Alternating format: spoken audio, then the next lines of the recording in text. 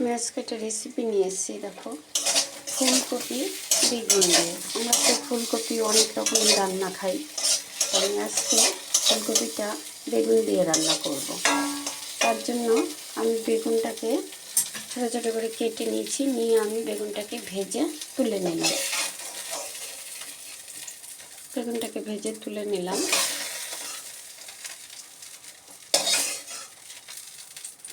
এবার আমি কড়ার মধ্যে তেল দিয়ে দেবো।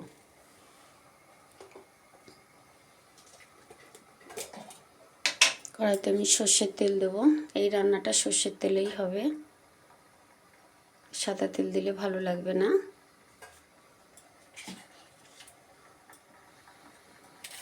তেলটা হলে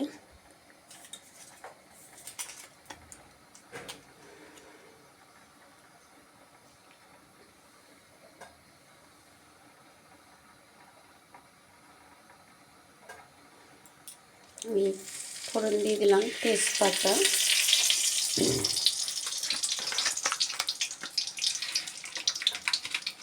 আর দেব জিরে, গোটা জিরে, 1 চামচের মতন গোটা জিরে দেব।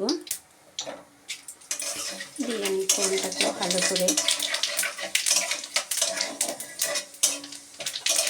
একটু গন্ধটা ছাড়া অবধি আমি ভেজে নেব।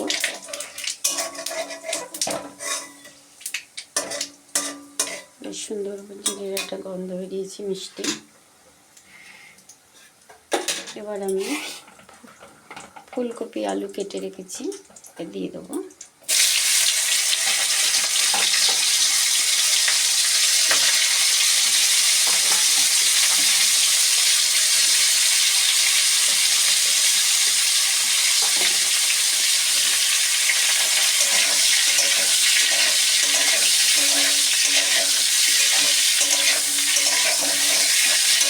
ফুলকপি আলুটাকে আমি ভালো করে ভেজে নেব। একটু লাল লাল ভাজা হবে, ভেজে নেব। ভাজা হচ্ছে, এটা মধ্যে মটরশুঁটিও দেওয়া যায়, টমেটো দেওয়া যায়, কিন্তু আমরা আজকে শুক্রবার টমেটো দেব না। এবার আমি এটা ভাজা হতে হতে আমি মশলা তৈরি করে নিচ্ছি। মশলা বলতে মশলা দেব, আদা আমি কষে নিয়েছি, আর দিয়ে দেবো লঙ্কা গুঁড়ো,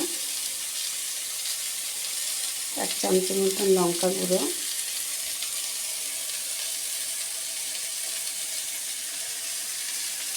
এক চামচ মতন হলুদ গুঁড়ো,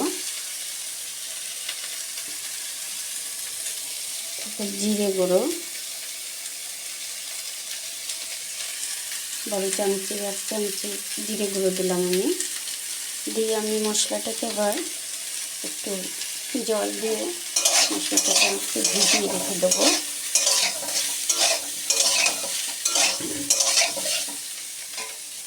মশলাটা আমি একটু জল দিয়ে ভিজিয়ে রাখছি,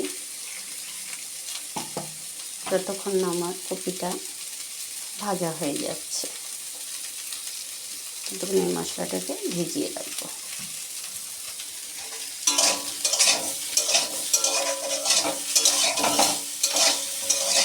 ভাজা হবে, আমার কপিটা ভাজা হয়ে গেছে, বেশ লাল লাল করে ভেজে নিয়েছি, আর ভাজবো না। এবার আমি এর মধ্যে মশলাটা দিয়ে দেবো। যে মশলাটাকে আমি তৈরি করে রাখলাম, মশলাটা দিয়ে দেবো। একটু মশলা ধোয়া জলটা দেবো। এই যে থালাটা আমি মশলাটা দিয়েছি,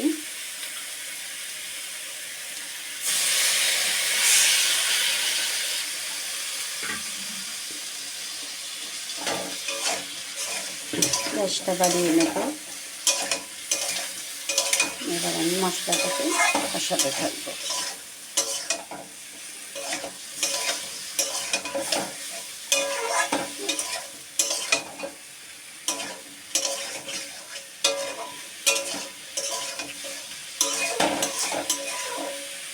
তোমরা বেগুন দিয়ে ফুলকপি করে খেয়ে দেখো।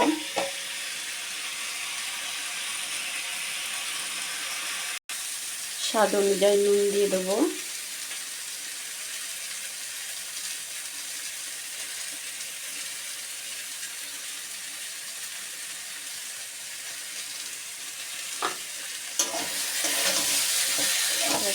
কষিয়ে আমি জল দিয়ে দেবো।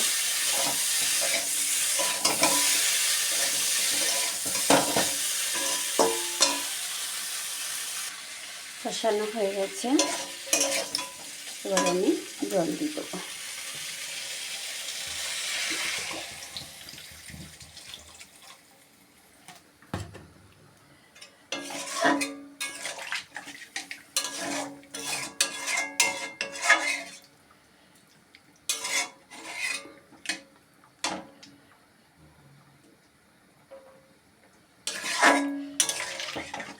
জল দিতে হবে, আলু কপি সব সেদ্ধ হবে। তোমরা চাইলে কপিটাকে ভাপিয়েও নিতে পারো।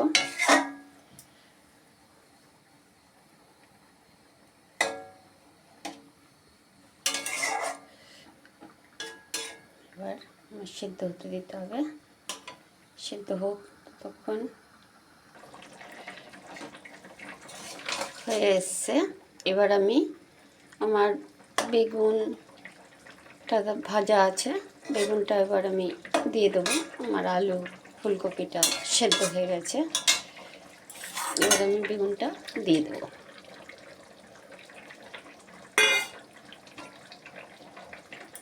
বেগুনটা একটু সেদ্ধ হয়েই আছে, আর একটু ফুটে উঠবে, ঝোলটা ভিতরে ঢুকবে, তারপর আমি ঘি দিয়ে নামিয়ে দেবো।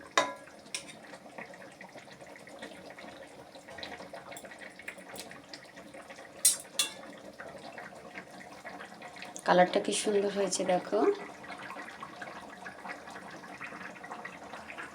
এবার আমি একটু ঘি দিয়ে দেবো, 1 চামচের মতন ঘি দিয়ে দিলাম।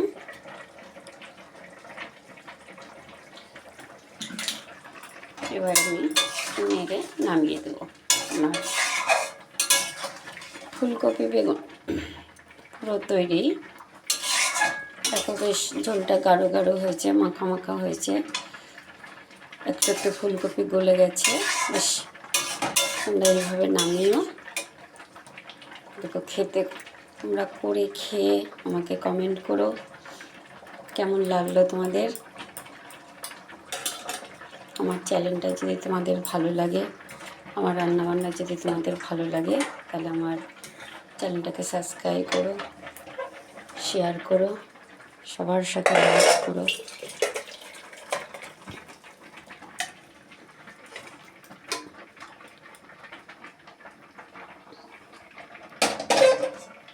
আমার ফুলকপি বেগুন